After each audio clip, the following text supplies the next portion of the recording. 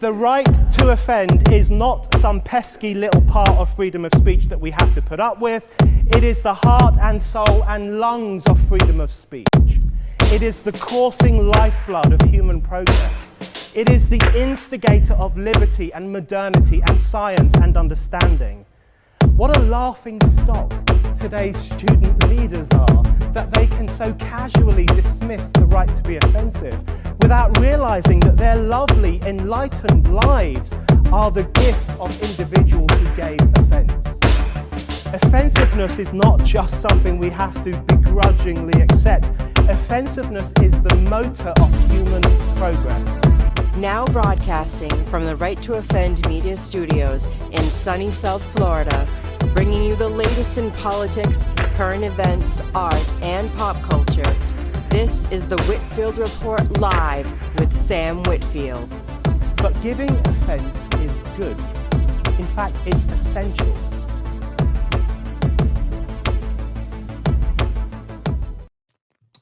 Alrighty, folks, welcome to the Whitfield Report Monday edition. I'm your host, Sam Whitfield, recording here live at Right to Offend Media Studios in South Florida for this impromptu Monday edition of the show. Welcome aboard. Hope everyone is doing well. So there's no guest for today's show. I am working on getting more guests, but as it happens sometimes, people's schedules get mixed around, and different time zones are hard to coordinate and all that sometimes. But I am working on getting more guests, so rest assured, we will be having more in the future. It's just always a matter of coordinating schedules. But at any rate, it actually kind of works out, ladies and gentlemen, that today's show is mostly just going to be a casual Monday chat stream, because there is some rather important news that I should share with you. Some rather big news that happened over the weekend that many of you saw, and many of you have probably also seen my comments on it. But suffice it to say, Amazon has officially now, taken creative control of the 007 franchise. And so that is the big news that, came out over the weekend, and people wanted to know my thoughts. So there's a lot to unpack with all of that, and I'm gonna try and do as best as I can, with that. There's not a lot of information to go on, obviously, just kind of some background for those of you who might not fully be aware. So, the James Bond films for the past 60 years have been produced by Eon Productions, Everything or Nothing, which is owned by the Broccoli family. Yes, I kid you not, that's the name of the dynasty that has produced the James Bond films for the last 60 years, which is actually quite extraordinary if you think about it. That one studio, and really, by today's standards, Eon Productions or Everything or Nothing Productions would be considered an indie studio, I guess. So they produced and directed all the 007 films, and then MGM Films, Metro Goldwyn Mayer, has been the distributor of the James Bond films for all these years. So Eon has made the films, and then MGM has, done some production and distribution of the films, which is not, that's pretty commonplace. That's kind of how the movie industry works. You get a studio, but then you also get a company to, produce the film, to help produce and distribute the films. And so this franchise has been, part of this family for 60 years. It started off with Cubby Broccoli, an American, by the way. The story goes that he was reading Playboy magazine in the 50s, as most men were back then, and he stumbled upon one of the James Bond short stories that was published in there, and he had just started out this film production company, and he thought, boy, this would make a great film series.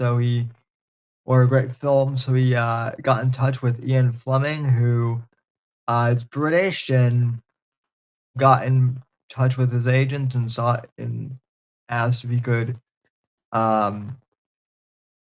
see about acquiring the film rights, and Fleming agreed, and then they chose which book to produce, and the first one was Dr. No, and the rest was history. And I'm kind of oversimplifying the history of, you know, uh, the production of James Bond. There's a lot more to it. There's actually a close to like a 2.5, 3 hour documentary called Everything or Nothing, which is about the history of James Bond and the James Bond film franchise.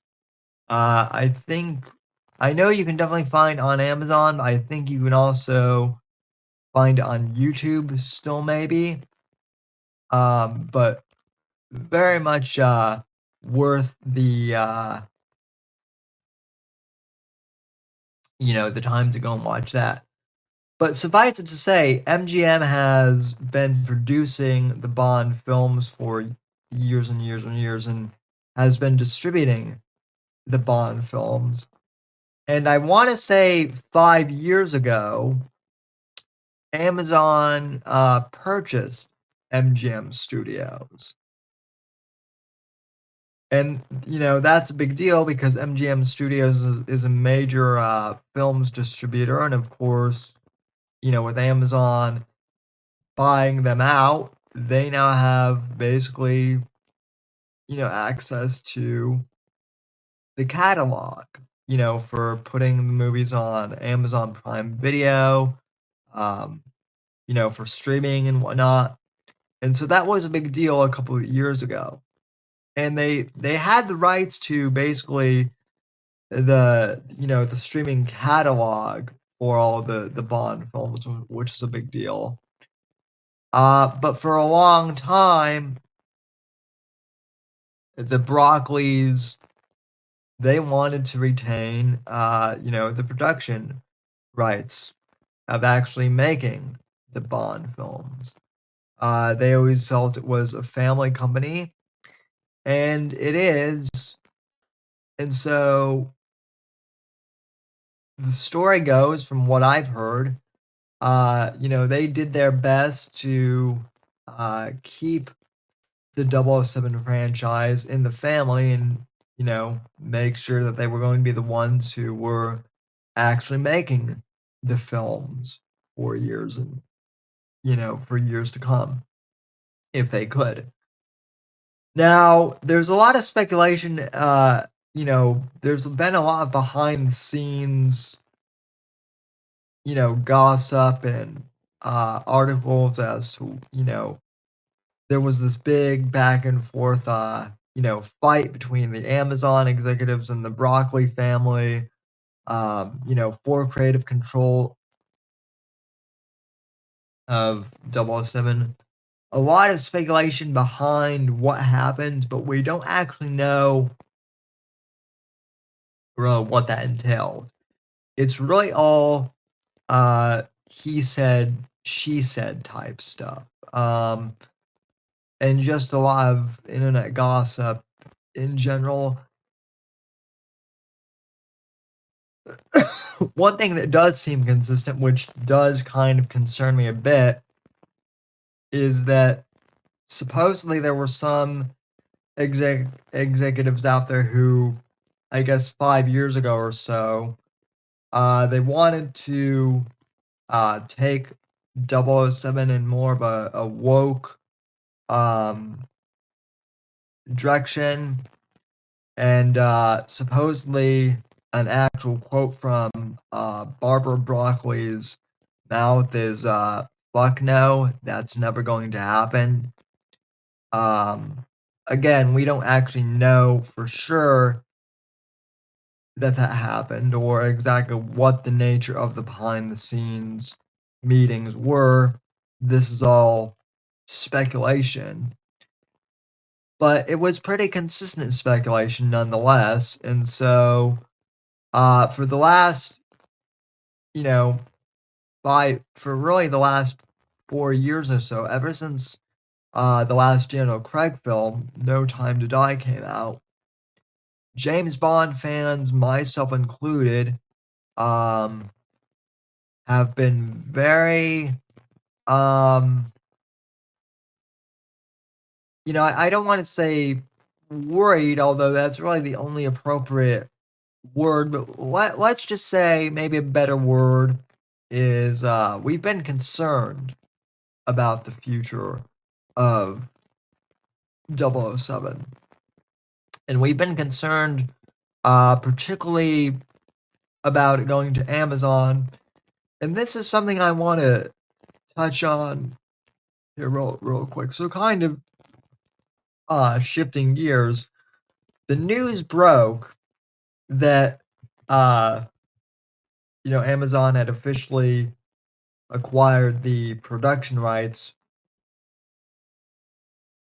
for 007 over the weekend. And I want to just go. This actually came from Jeff Bezos's Twitter feed directly. So I just want to go ahead and share the screen with you and show everyone really what is what's been going on, what the announcement was, because this was how a lot of people, myself included, found out about Amazon taking over James Bond creatively this past weekend. So Jeff Bezos tweets, who would you pick as the next James Bond?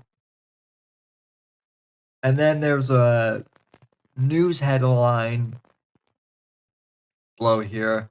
Doesn't say who from, but the headline is James Bond, long-serving producers give control to Amazon. And I guess this is from Reuters. So that tweet went out on February 20th at 10 a.m. So again, over the weekend. And this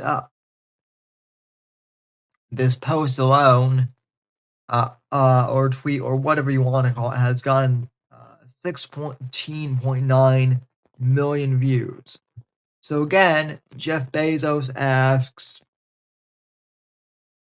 who would you pick as the next James Bond?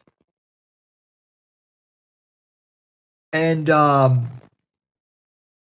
have been all sorts of different reactions. You can see here the critical drinker responds, This guy, just cast him right now. Don't screw it up, and you'll make billions. And that's Henry Cavill. And then you can see several other, people are all saying Henry Cavill, Henry Cavill, Henry Cavill again.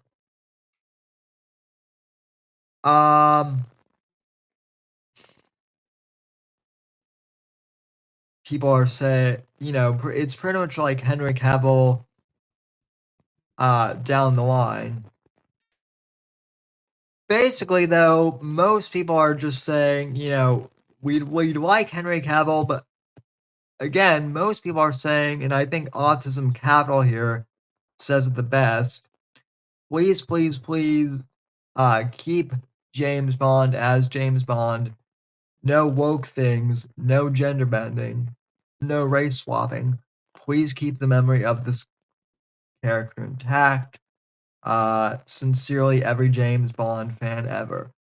And that is a sentiment that I think basically, yeah, he's right. Whoever runs Autism Capital is absolutely right about that. That's pretty much that, and that's pretty much the general sentiment of, the reactions from most James Bond fans is A, make it Henry Cavill, but B, and more importantly, don't fuck it up with woke stuff. And that seems to just be the general overall reaction of the James Bond fan base is for the love of God, please don't fuck this up. And there are some people who are saying, well, Sam, that's just a knee-jerk reaction, and it's still too early. It's still too early to tell why are Bond fans reacting this way. They should be celebrating. So why are people panicking? Well,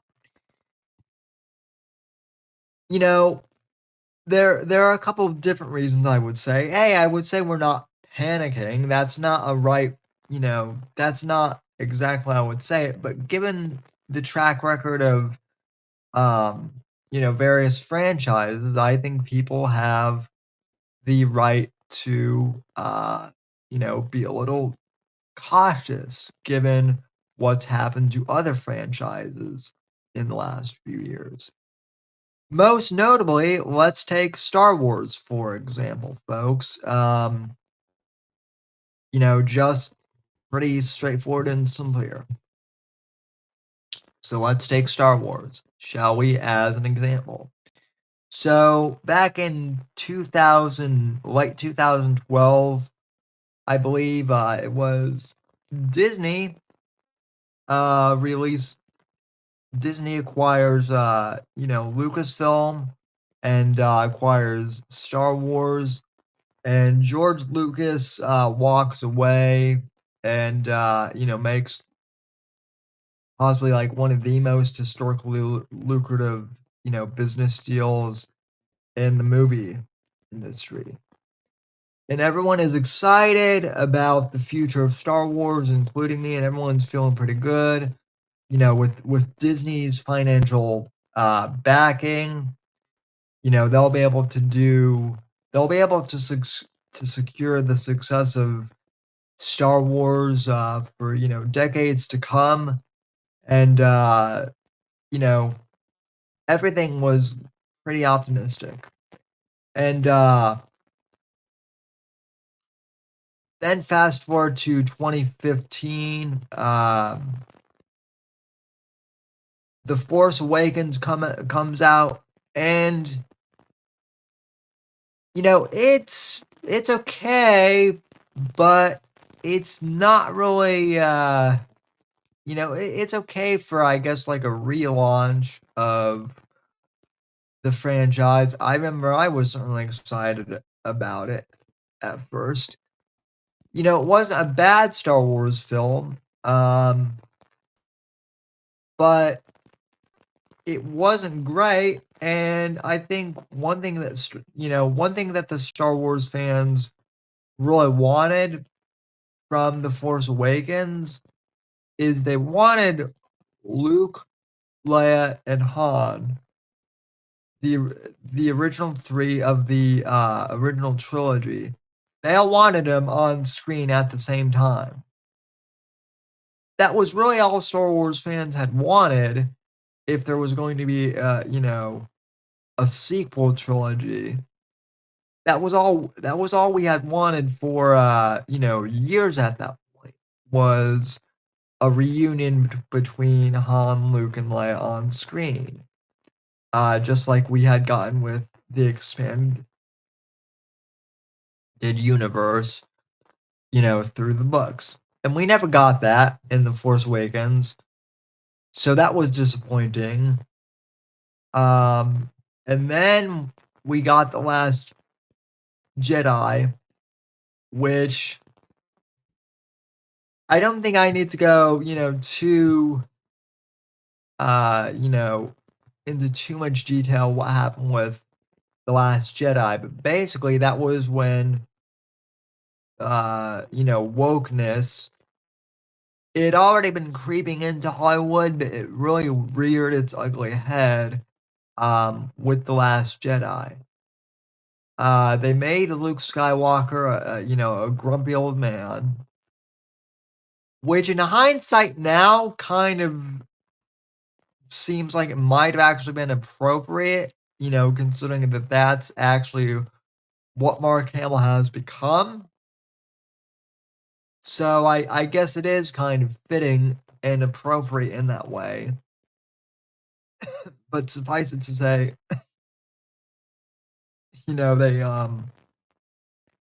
they basically tried to subvert your expectations of the hero trope in The Last Jedi, which is what all, social justice warriors and all wokesters like to do with film is, subvert as many hero tropes just to fit, to put in their edgy, woke propaganda, right? So Lucasfilm slash Disney, kind of, they more or less shit the bed with The Last Jedi. And then they not only did that, but then they doubled down on that with a bunch of the spin-off shows.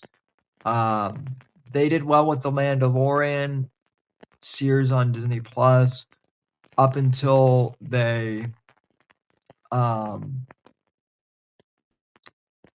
basically canned Gina Carano for merely expressing her opinion online, which wasn't, far left enough, and they canceled her. And so Disney, to make a long story short, killed a once loved franchise by millions by just wokifying it to death. And believe me, it's not that like Star Wars was ever like a right wing, like pro America, fuck yeah type of film. George Lucas is, he's very much an avowed liberal himself, and so Star Wars by no means is your red. Star Wars by no means is your America fuck yeah, uh, pro Reagan type of franchise. It's not. But the original trilogy really understands the the hero's journey. So to speak, and it tells the hero's journey in a very entertaining way, in a very inspiring way. And the wokesters at in Hollywood, they don't like that. So they were destined to try and destroy that. Now moving on to Amazon specifically, Amazon also acquired the rights to The Lord of the Rings, and by then there were woke people in Hollywood who were in charge of Amazon studios there as well. So what did they do? Well, they didn't mess with the original Lord of the Rings films. Thank God. But they made but they did do a television show on Amazon Prime Video called The Rings of Power, which I never saw, but supposedly it was like it's like one of the most expensive TV shows ever made. And basically they wokeified the Lord of the Rings, if you can believe that. They basically, they tried to make it so that Gandalf was somehow like evil, and Sauron, he was only he only turned evil because Gandalf did something to him, or something crazy like that. And they had, like, it turns out that that the rings of power were made from like 4 or 5 trans black elf men slash women, or whatever you want to call it. And they basically stuffed every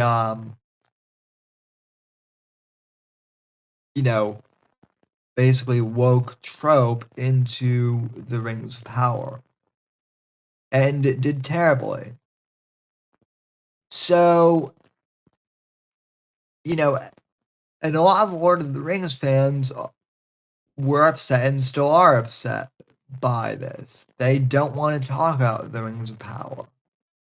I've actually asked a couple of them, like, hey, can you, what's so bad about the Rings of Power? And they basically told me everything. Everything about it is horrible. And then that's more or less the end of the conversation, because they don't want to talk about it. So, given the track record of both Disney and Amazon Studios with taking classic franchises and ruining them like this, there's been admittedly a huge concern over the woke trying to do the same thing to James Bond. In fact, many leftists in the entertainment world have said previously that they want to get rid of 007 entirely, because he's the embodiment of toxic masculinity. He's he's a white straight British male, so he's an imperialist, and he kills people without remorse, so that makes him bad. And worst of all, he has his way with women, and that's unacceptable. That's misogyny.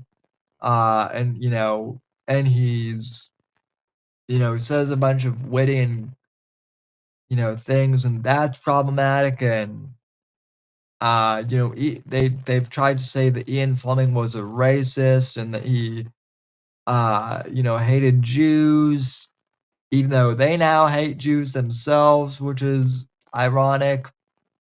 And by the way, I've been reading Fleming's biography so far, the one that came out last year, and considering that he served in World War II and fought against the Nazis as part of the British Navy, there doesn't seem to be any evidence that he was anti-Semitic. But I digress, because that's basically, what they do. They call anyone who they don't like, a Nazi or a bigot. And, all that sort of thing.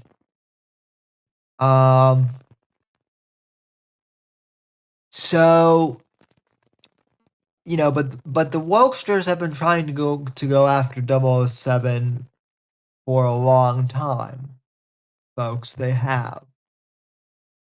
And so the concern is that with Amazon's track record with Lord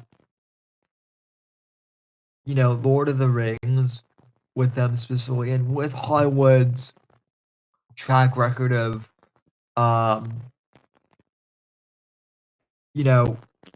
just destroying beloved franchises in general.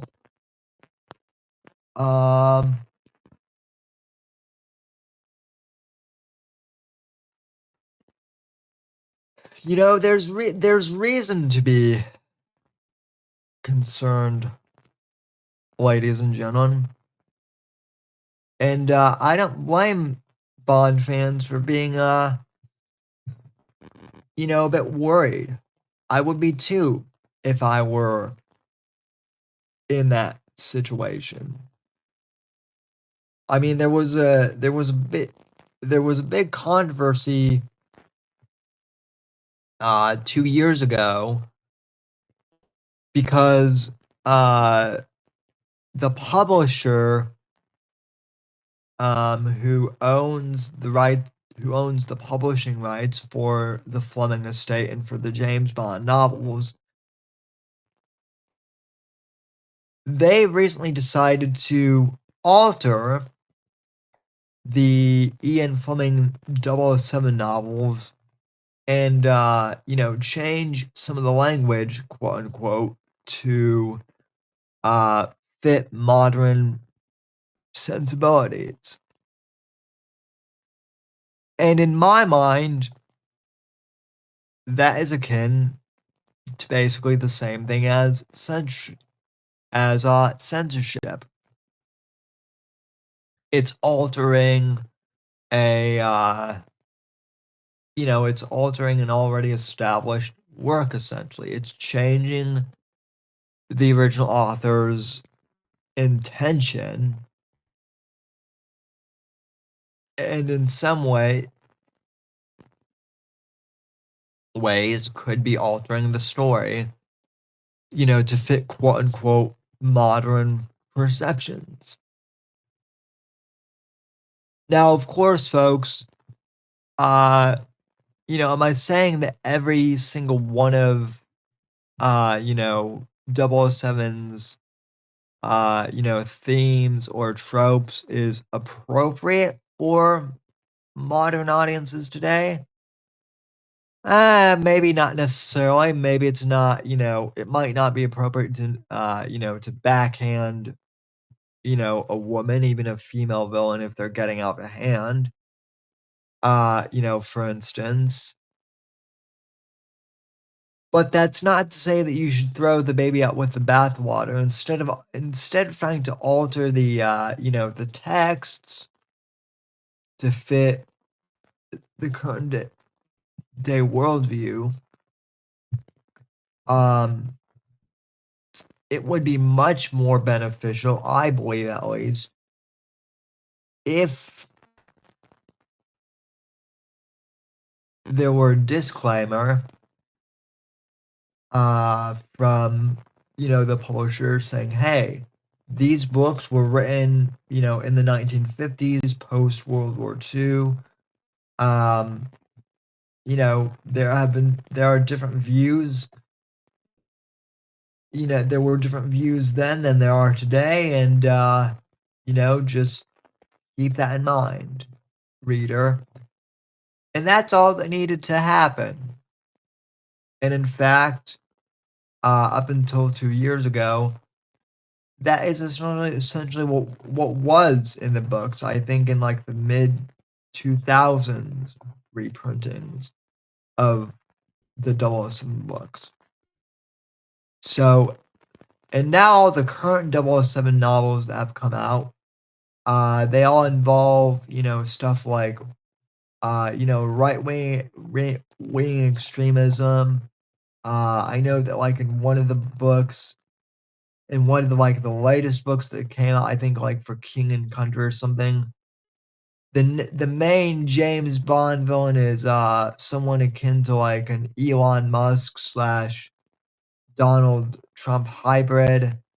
And that book came out in like 2024, I think. So that was kind of appropriate. But suffice it to say, folks, Bond, at least in the literary sense, has already been wokeified somewhat. And there is already some concern about, Bond being wokeified in the future. And I don't think that is necessarily an invalid fear, um, for one. So, I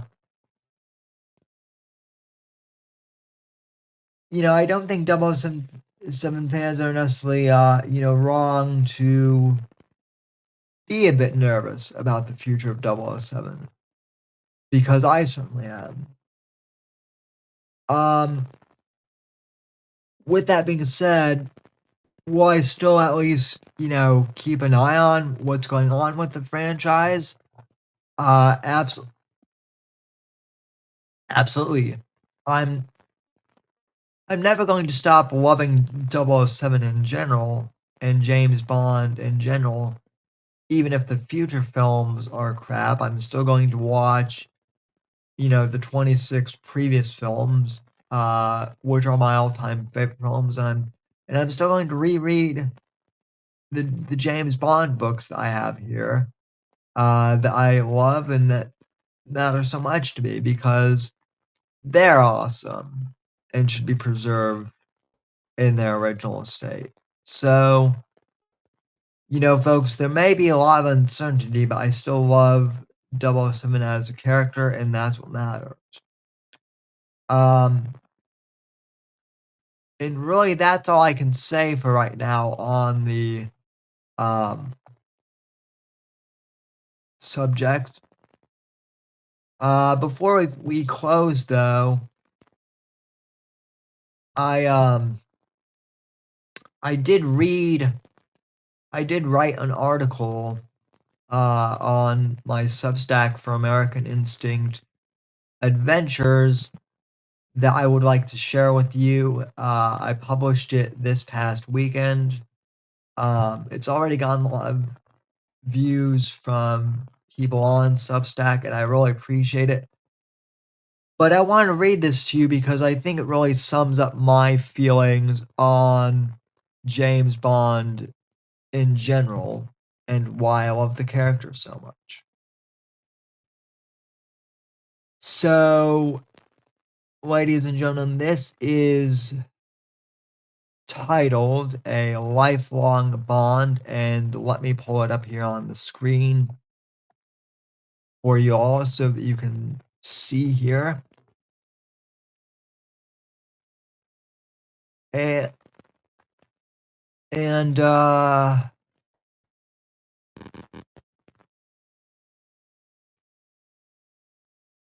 let's see here.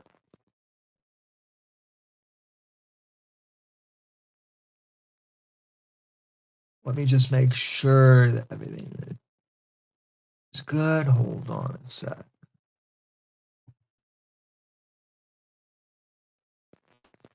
Okay, we're good. Let me just put this up on screen.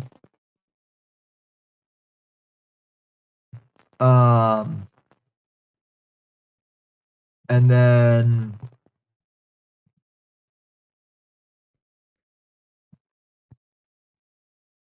okay. Okay, so here we are, folks, and like I said, this is my article from the American Instinct Adventures group Substack, which is my that's my Substack for my publication of the same name, American Instinct Adventures. And so I published this over the weekend, and this is titled A Lifelong Bond: How 007 Shaped My Life and Passions. And I posted this on Twitter, folks, but that's an AI image I made of Pierce Brosnan and Sean Connery, who are my two favorite, Bonds to play the role. So anyway, starting off here.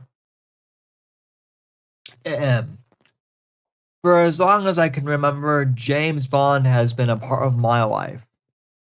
The suave British spy with his impeccable style, thrilling adventures, and undeniable charm captured me from the moment I first encountered him. Bond isn't just a character to me, he's a cultural phenomenon that has influenced generations, including my own. His impact on me goes beyond mere entertainment. It has shaped my fashion sense, my love for luxury cars like the Aston Martin, and even my taste in women.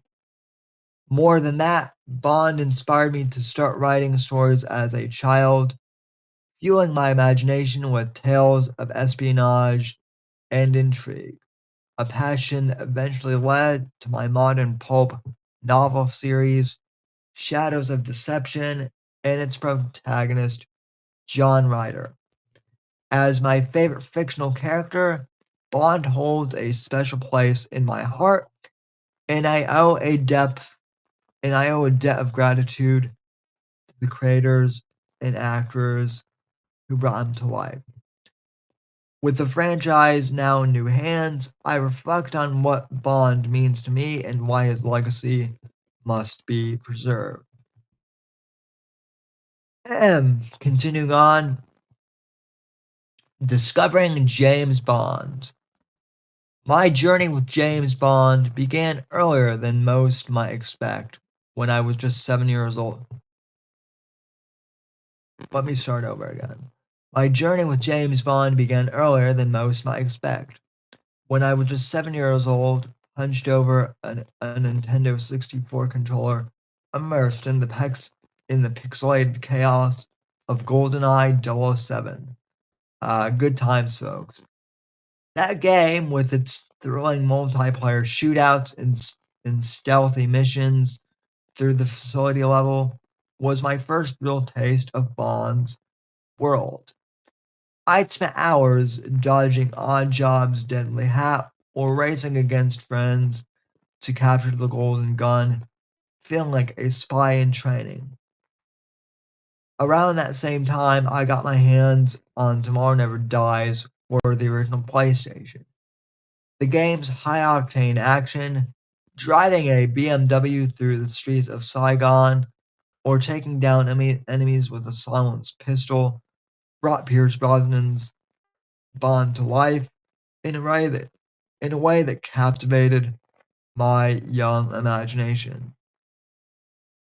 Those early gaming experiences weren't just fun, they planted seeds of a lifelong obsession with 007, introducing me to his cool gadgets, daring escapes, and unflappable charms. From there, I drove into the films, starting with Pierce Brosnan's run as Bond. I'd watch GoldenEye, Tomorrow Never Dies, and The World Is Not Enough on repeat, mesmerized by Bond's suave demeanor and the explosive action that defined his era.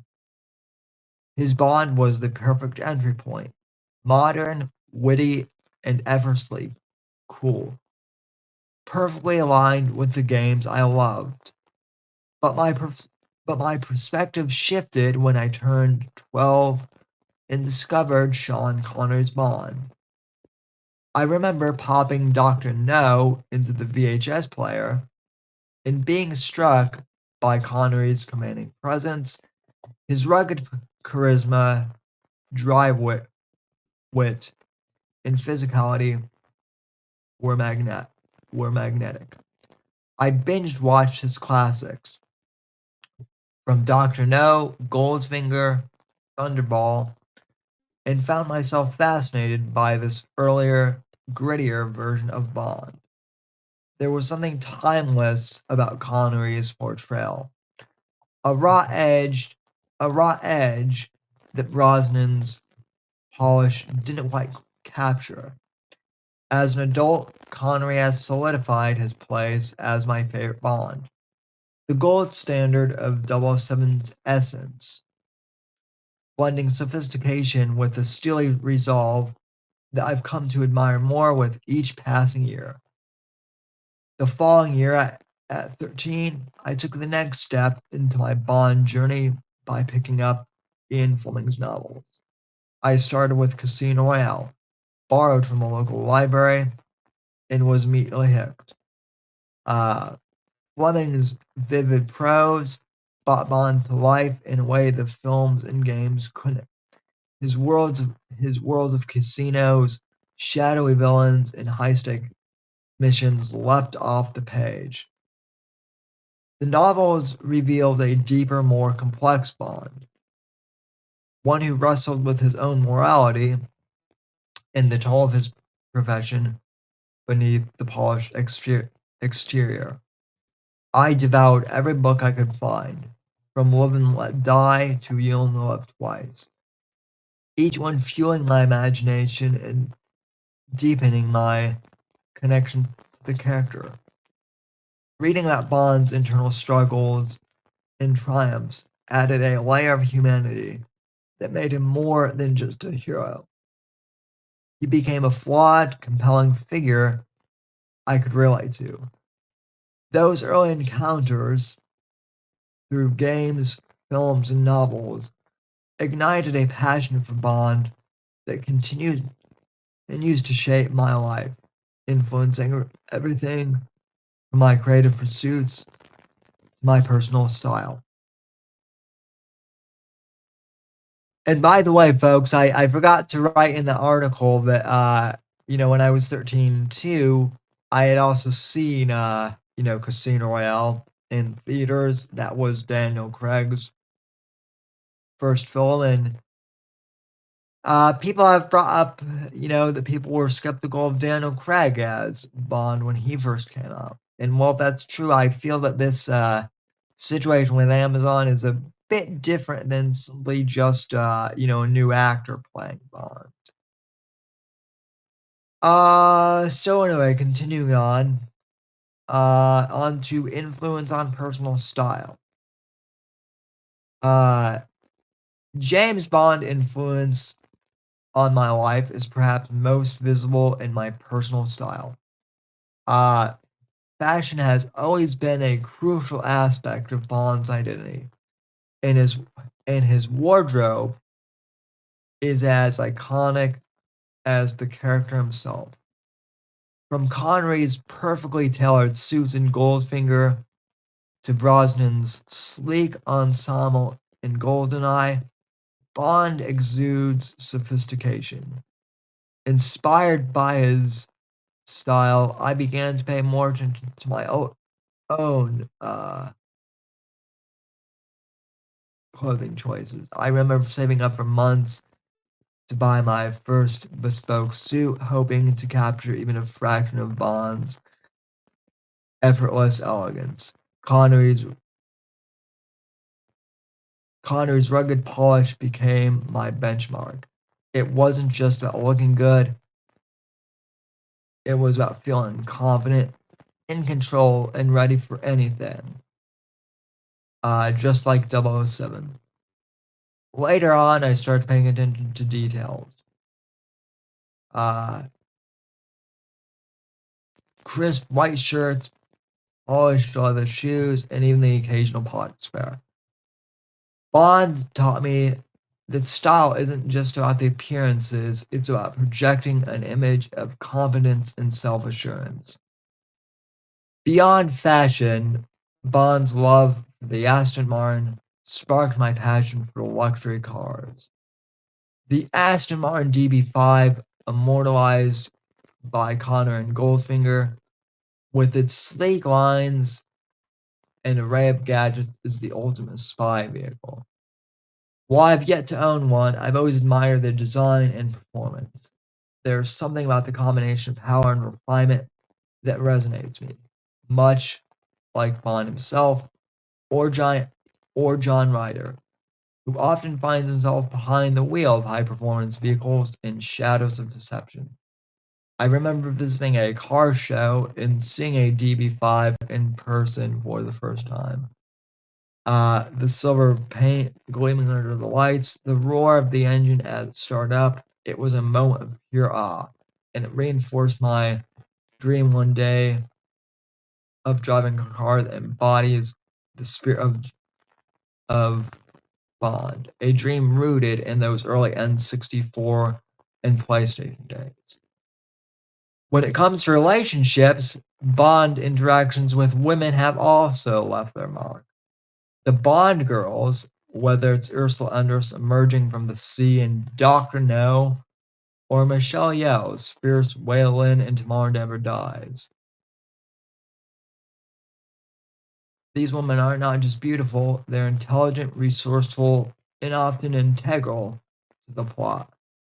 They've shaped my appreciation for women who are both strong and alluring.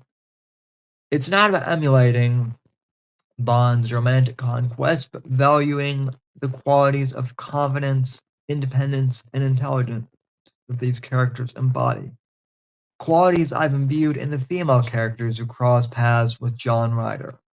I found myself drawn to partners who are witty, self-assured, and capable, echoing the best of the Bond girls I first encountered through Brosnan's films and later explored in Fleming's novels. Inspiration for writing. As a child, those hours spent playing GoldenEye 007 and Tomorrow Never Dies sparked my imagination. And by 13, reading Fleming's novels turned that spark into a blaze.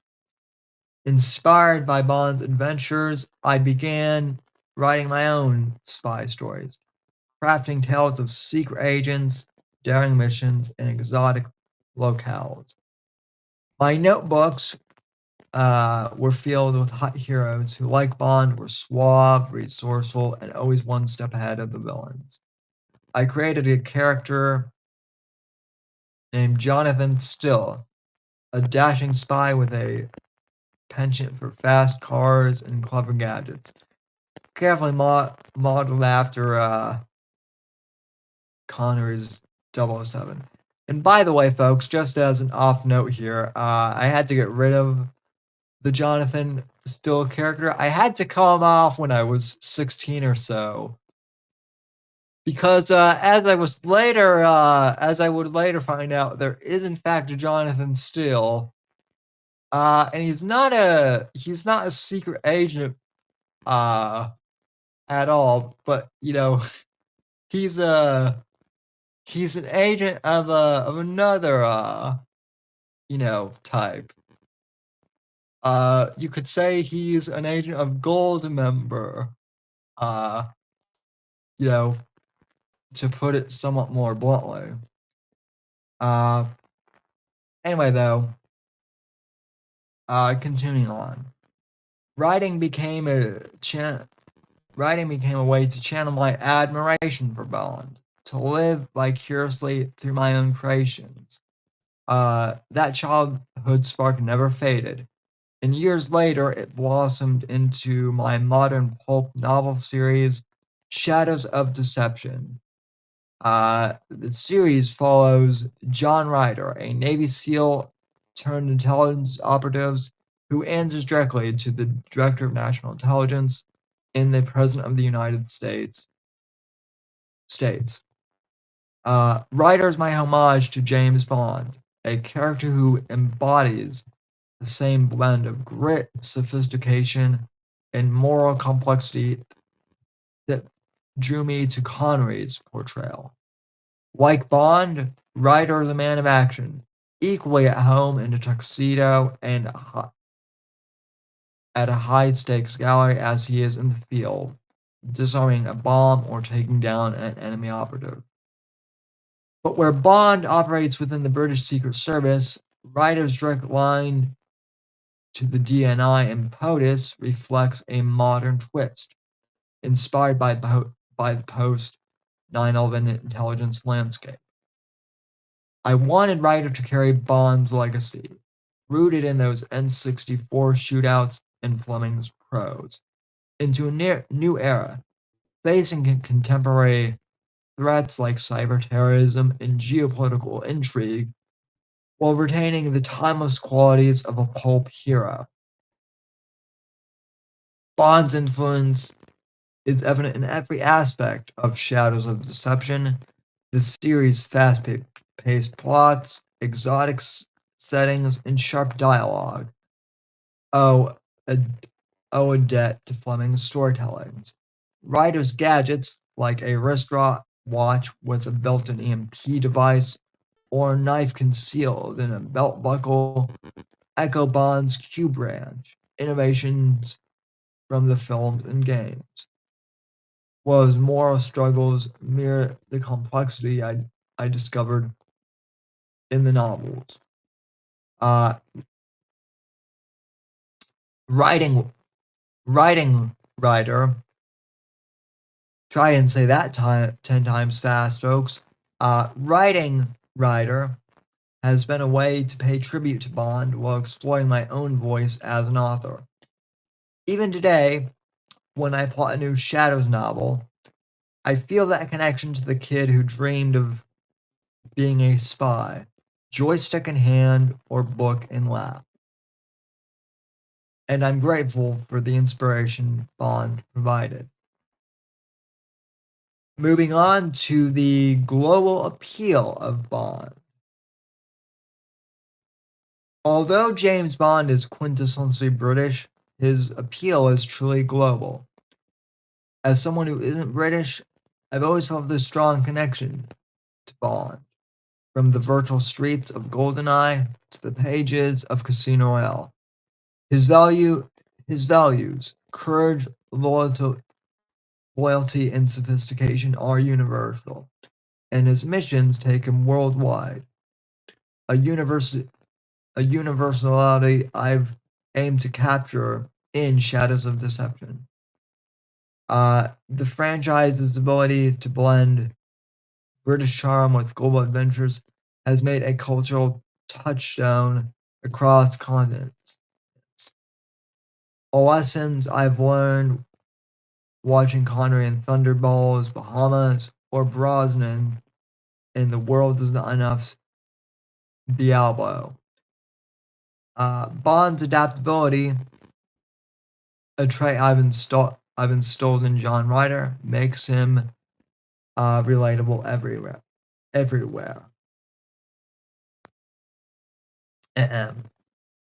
Key figures in Bond's legacy. I owe my love for Bond to key figures like Ian Fleming, whose novels at 13 showed me Bond's depth, Hugh Hefner, who brought Bond to America by Playboy magazine in the 1950s, the Broccoli family, who brought Bond to the silver screen, and of course, Sean Connery, George Lazenby, Roger Moore, Timothy Dalton, Pierce Brosnan, and Daniel Craig, all of whom brought a unique interpretation to the role of 007. Concerns about the future. With Amazon now steering Bond, I can't help but feel trepidation, not just from their mixed Rings of Power track record, but from the broader cultural shifts threatening Bond's essence. I'm aware of wokeness infecting the character, a concern rooted in my deep connection to him as a fan, and as a writer inspired by his legacy. Bond has always evolved with the time. Connery's Cold War grit gave way to Brosnan's post-Soviet flair, and Daniel Craig's tenure grappled with a post-9/11 world. That adaptability is part of his strength, ensuring he reflects each era's challenge. But there is a difference between evolution and erasure, and I fear Amazon might bow to pressures that dilute what makes Bond unique. To me, Bond is an inspiration for heterosexual masculinity, confident, capable, and unapologetically himself. He's a man who navigates danger with wit and charm, who values loyalty and duty, and yes, who enjoys the company of women without apology. This isn't the toxic male character that radicals who often care little for Bond's history try and pin on him. Fleming's Bond, and even Connery's, was never a brute. He was a gentleman with an edge, a protector who faced moral ambiguity head on. His masculinity isn't about domination, but about resilience and style, qualities I've channeled into John Ryder, who embodies a similar ethos without pandering to fleeting trends.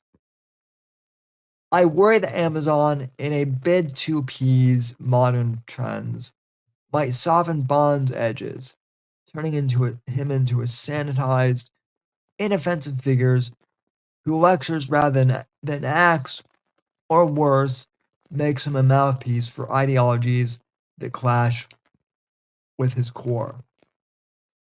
Rumors of a gender-swapped 007 or a Bond who shies away from his classic traits fill me with dread.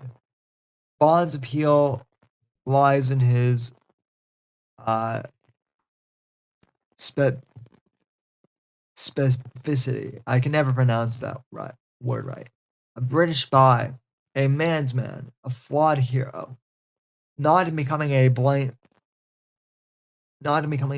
slate for every agenda. I'm not against progress. I'd welcome a Bond who tackles today's issues.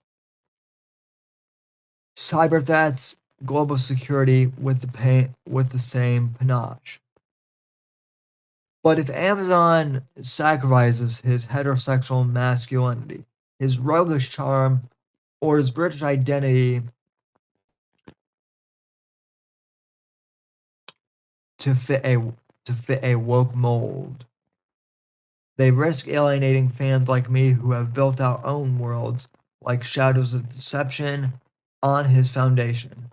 I hope they respect his roots, consulting Eon's legacy and fans to keep Bond the icon he's always been. Appreciation for Eon Productions. Eon Productions' dedication has kept Bond thriving, inspiring fans like me to create works like Shadows of Deception. I'm grateful for the era I've experienced, from Connery's classics to Brosnan's modern flair, and I hope their influence endures. And in conclusion, folks, James Bond has shaped my style, interest, and creativity, from N64 battles to Shadows of Deception. As the franchise evolves under Amazon, I hope 007's essence, his masculinity, charm, and courage endures, continuing to inspire as it has for me. And there you have it, folks. So that is my that is my lifelong bond with 007, folks. And as I said, folks, I'm a lifelong fan of 007. The character means the world to me. And yeah, I there's really not much else I can say, folks. I really do hope that Amazon honors the legacy of the character, folks. I don't like to be a pessimist at all, folks. That's not who I am as a person. And most of you know that about me by now. But, you know, we're living in times where, Hollywood is gonna, they have a track record of ruining beloved franchises, folks. And so, while I'm trying not to be a total, sourpuss and Debbie Downer about this, I can't help but, be worried given Hollywood's track record with, beloved heroes like this. Um, and real quick, I'm checking the chat real quick on Rumble. Joe Fish says, "What's up, Sammy? I'm not a 007 fan, but this is pretty interesting." Yes, indeed, Joe. Good to see you as well, sir. It is very interesting.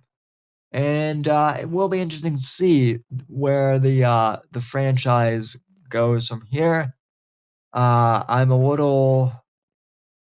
I mean, I wish I could say I was excited for this, but I'm really not excited much. More like I'm nervous. And as I said at the beginning of this program, like pretty much every other 007 fan out there, I just hope they don't fuck this up. At the bare minimum, folks, that's really all I'm asking for, Amazon. Please do not fuck this up. Please keep Bond, a masculine icon, because we don't have enough of those in pop culture, and so it would be really nice for once if Amazon actually, you want to subvert expectations, Amazon? The way to subvert expectations now would be to actually, keep Bond a masculine character. And as I said, there's plenty of ways to modernize him. I know that like the whole plot in Tomorrow Never Dies with an internet media mogul tycoon being a super genius. I know that back in the 90s that was a bit far fetched, but now that seems more appropriate than ever. So do something like that. There are more opportunities, to do Bond correctly in the modern era. Bond can be adapted to the modern era if you get the right people, writing the books and directing the films. It's just a matter of making sure that those people, are good writers, are at the head of the table. But, we'll see. There's not much else I can say on that. Jill also says Hollywood loves to torture us. I wish Amazon would pick up that Halo series too. And then regarding Bond, I think he says it could be badass. Yes, it could. And that's the frustrating thing, Joe, is if they listened to the fans, and if they do listen to the fans, which is what I'm hoping they do, they could make Bond a success. Or continue the success of Bond. It could be a badass franchise in the future. But given Hollywood's track record, I don't think that they're gonna do that. But we shall see.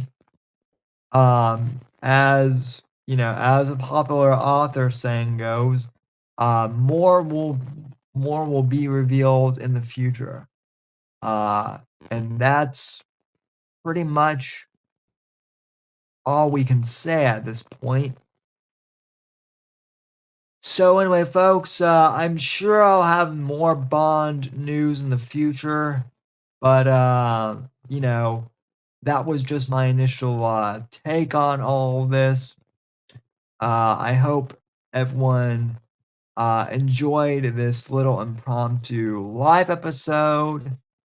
And by all means, folks, if there are any guests who are, James Bond connoisseurs or experts like myself, and if you guys would like to appear on the podcast, reach out to me. I'd love to have anyone on to talk about Bond. We've had my good friend Mark Hunt on the podcast before to talk Bond. I am going to try and get him on, in the future to talk Bond at some point. So we will get his opinion and some others as well in the future, I'm sure.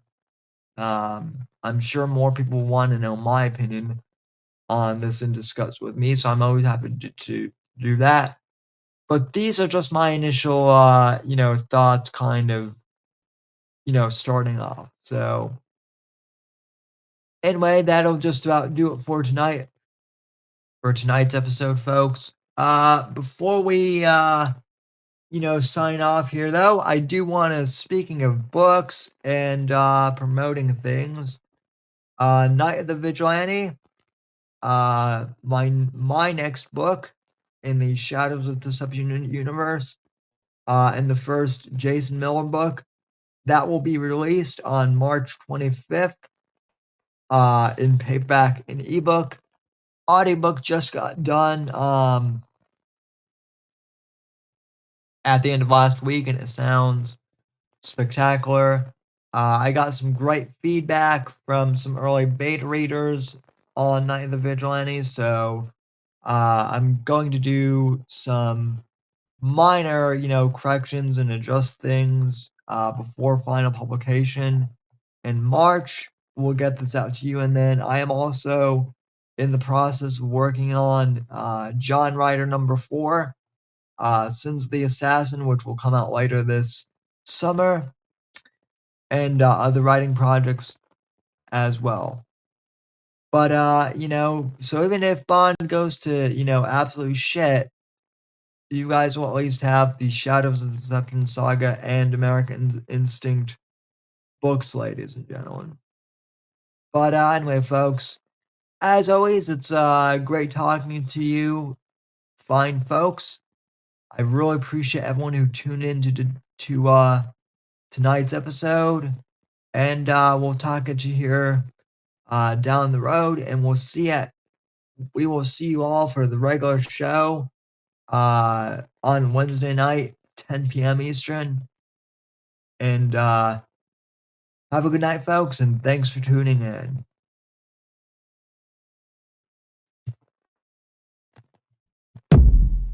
The right to offend is not some pesky little part of freedom of speech that we have to put up with. It is the heart and soul and lungs of freedom of speech. It is the coursing lifeblood of human progress. It is the instigator of liberty and modernity and science and understanding. What a laughing stock today's student leaders are, that they can so casually dismiss the right to be offensive without realizing that their lovely, enlightened lives are the gift of individuals who gave offense. Offensiveness is not just something we have to begrudgingly accept. Offensiveness is the motor of human progress. Thank you for watching the Whitfield Report live on the Right to Offend Media Network. Make sure to check out Sam's books on Amazon, Audible, and Kindle. You can follow Sam on X at SamW_NGC and the Right to Offend Media Network at RTO Media. Like, comment, subscribe, and share with your friends. And until next time, God bless, God save this great nation. God, freedom, legacy, in that order.